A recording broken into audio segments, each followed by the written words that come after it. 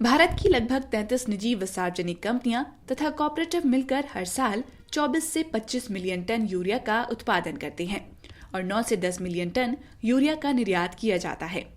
इस साल भारत में रबी सीजन में कुल 179.001 लाख मीट्रिक टन यूरिया की जरूरत थी।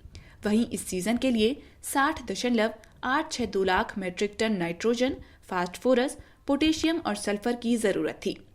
केंद्र सरकार लगातार कह रही है कि देश में खाद की कोई कमी नहीं है, लेकिन मीडिया रिपोर्ट्स इन दावों को खारिज करती हैं। factchecker.in वेबसाइट ने खाद व उर्वरक मंत्रालय की रिपोर्ट का हवाला देते हुए बताया है कि देश में खाद की किल्लत है। रिपोर्ट के मुताबिक अक्टूबर 2021 में 18.08 lakh metric ton diammonium phosphate DAP की जरूरत थी, लेकिन सरकार के पास 9.7 लाख मीट्रिक टन ही उपलब्ध था, जिसमें से 9.1 लाख मीट्रिक टन खाद की ही बिक्री की गई। इसी तरह नवंबर में जितनी DAP की जरूरत थी उसका लगभग 50% ही उपलब्ध था। पोटाश भी सरकार के पास जरूरत से कम उपलब्ध था। वहीं सबसे अहम खाद यूरिया की बात करें तो अक्टूबर में रबी सीजन के लिए 36.15 लाख मीट्रिक टन यूरिया की जरूरत थी, लेकिन सरकार के पास 26.27 लाख मीट्रिक टन यूरिया ही मौजूद था, जिसमें से 24.16 लाख मीट्रिक टन यूरिया की बिक्री की गई।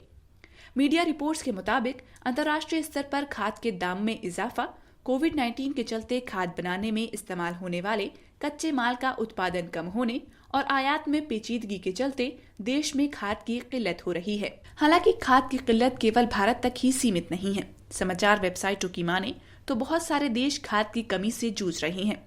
चीन, ऑस्ट्रेलिया, कोरिया, पाकिस्तान समेत तमाम देशों में यूरिया की किल्लत देखी जा रही है। रूस और चीन यूरिया के सबसे बड़े उत्पादक और निर्यातक देश हैं, लेकिन दोनों देशों ने अपने किसानों को यूरिया सप्लाई करने के लिए निर्यात पर रोक लगा दी है। भारत अतिरिक्त यूरिया का आयात चीन से करता है, तो जाहिर है कि चीन द्वारा निर्यात पर रोक लगाने से भारत प्रभावित होगा। ऐसे में सवाल ये उठता है कि आखिर अचानक खाद की किल्लत कैसे हो गई। जानकार बताते हैं कि यूरिया की किल्लत के लिए कोयले और प्राकृतिक गैस की कीमत में बेतहाशा इजाफा जिम्मेदार है। यूरिया का निर्माण कोयला या प्राकृतिक गैस से ही किया जाता है।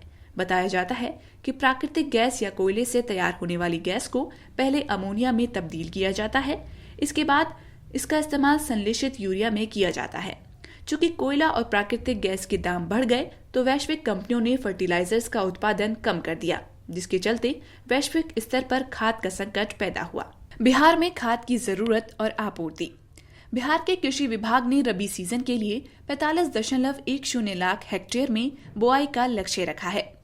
इसमें से 23 लाख हेक्टेयर में गेहूं, 5 लाख हेक्टेयर में मक्का और 12 लाख हेक्टेयर में दलहन की बुआई का लक्ष्य निर्धारित किया गया है। इसके लिए भारी मात्रा में यूरिया और NPKs की जरूरत है। लोकसभा में दी गई जानकारी के मुताबिक बिहार को रबी सीजन 2021-22 के लिए लगभग 12 लाख मीट्रिक टन यूरिया की जरूरत है, लेकिन 1 अक्टूबर से 29 नवंबर तक 4.46 लाख मीट्रिक टन यूरिया दी गई। वहीं NPKs की बात करें तो राज्य में 2 लाख मीट्रिक टन NPKs की दरकार है, मगर 1 अक्टूबर से 6 दिसंबर तक केंद्र सरकार की तरफ से 1.85 लाख मीट्रिक टन की सप्लाई की गई। यही वजह है कि राज्य में खाद की किल्लत ने भयावह रूप ले लिया है। किसान खाद के लिए इतने परेशान हैं कि अररिया में 30 दिसंबर को खाद बेचने के लिए बने काउंटर के बाहर भगदड़ मच गई, जिसमें कुछ लोग जख्मी तक हो गए थे, जिसकी विस्तृत रिपोर्ट आप मैं मीडिया के YouTube चैनल और Facebook पेज पर देख सकते हैं।